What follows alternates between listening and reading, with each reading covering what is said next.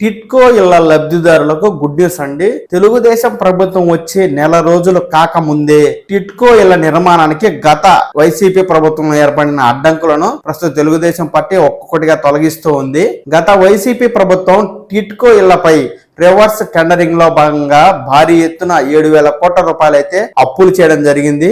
ఆ చేసిన 7,000 కోట్ల రూపాయల అప్పులను టిట్కో ఇల్లు నిర్మించి లబ్ధిదారులకు ఇవ్వకుండా ఇతర సంక్షేమ పథకాలకైతే దారి మళ్లించడం కూడా జరిగింది. జగన్మోహన్ రెడ్డి ఒక్క రూపాయి దీని మీద ఖర్చు పెట్టకపోగా మేము కట్టినటువంటి ఇళ్లను సైతం బ్యాంకులకి తాకట్టు పెట్టి ఒక్కొక్కరి నెత్తి మీద 3,80,000 ఈ రోజు వడ్డీతో కలుపుకుంటే 8-10 లక్షల రూపాయల చొప్పున నా పాలకొల్లు నియోజకవర్గంలోనే మేము కట్టినటువంటి ఎన్టీఆర్ టిట్కో ఇళ్ల మీద 180 కోట్ల రూపాయలు ఈవేళ ఆయన తనఖా పెట్టి ఆయన అకౌంట్ లోకి తరలించుకున్నటువంటి పరిస్థితి.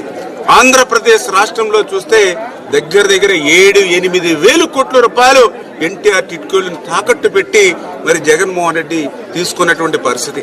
ఈ రోజు మరి ఆ తాకట్టు పెట్టినటువంటి డబ్బులు కూడా కొన్ని కనీసం ఆ ఎన్టీఆర్ టిట్కో ఇళ్లు బ్యాలెన్స్ వర్క్ పూర్తి చేయడానికి కూడా ఉపయోగించాల. తాజాగా రాష్ట్రంలో అధికార మార్పిడి జరగడం, టిట్కో ఇళ్ల నిర్మాణం పూర్తి చేయడం కోసం ఈ మేరకు హడ్కో బ్యాంకులు అయితే 2,000 కోట్ల రూపాయల రుణం ఇవ్వడానికి అయితే ముందుకొచ్చాయి. 2014-19 మధ్యలో అప్పటి తెలుగుదేశం ప్రభుత్వం ఇల్లు లేని నిరుపేదల కోసం అంటూ ఈ టిట్కో ఇళ్లను తీసుకురావడం జరిగింది.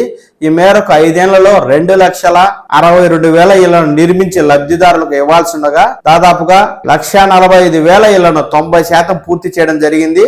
ఆ తర్వాత జరిగిన ఎన్నికల్లో వైసీపీ ప్రభుత్వం అధికారంలోకి రావటం, ఈ టిట్కో ఇళ్లను గాలికి వదిలేయడం, రివర్స్ టెండరింగ్ అంటూ 1,000 కోట్ల అప్పులు తెచ్చి ఇతర పథకాలకు మళ్లించి ఈ టిట్కో ఇళ్లను పూర్తి చేయకపోవడం, దీంతో లబ్ధిదారులైతే ఏండ్లకు ఏండ్లు ఎదురు చూడాల్సిన పరిస్థితి అయితే ఏర్పడింది. అయితే గడచిన అసెంబ్లీ ఎన్నికల ముందు వైసీపీ ప్రభుత్వం గత తెలుగుదేశం పార్టీ 90% పూర్తి చేసినటువంటి 1,45,000 టిట్కో ఇళ్లనైతే మిగతా 10% పనులు పూర్తి చేసి లబ్ధిదారులకు అందించడం జరిగింది. ఈ మేరకు ఇంకా మిగిలి ఉన్నటువంటి 1,17,000 టిట్కో ఇళ్లను త్వరలో పూర్తి చేసి లబ్ధిదారులకు అందించాలని ప్రస్తుత తెలుగుదేశం పార్టీ అయితే వేగంగా అడుగులు ముందుకు వేస్తూ ఉంది.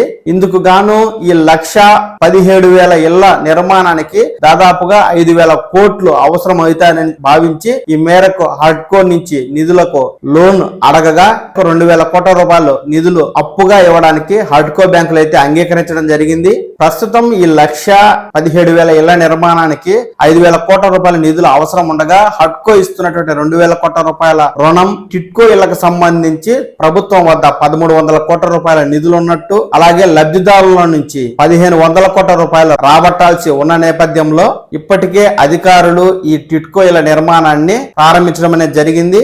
దీంతో ఈ ఏపీ టిట్కో ఇళ్ల నిర్మాణం త్వరలోనే పూర్తి చేసి 1,17,000 మంది లబ్ధిదారులకు తెలుగుదేశం ప్రభుత్వం అందించడానికైతే వేగంగా అడుగులేస్తుంది.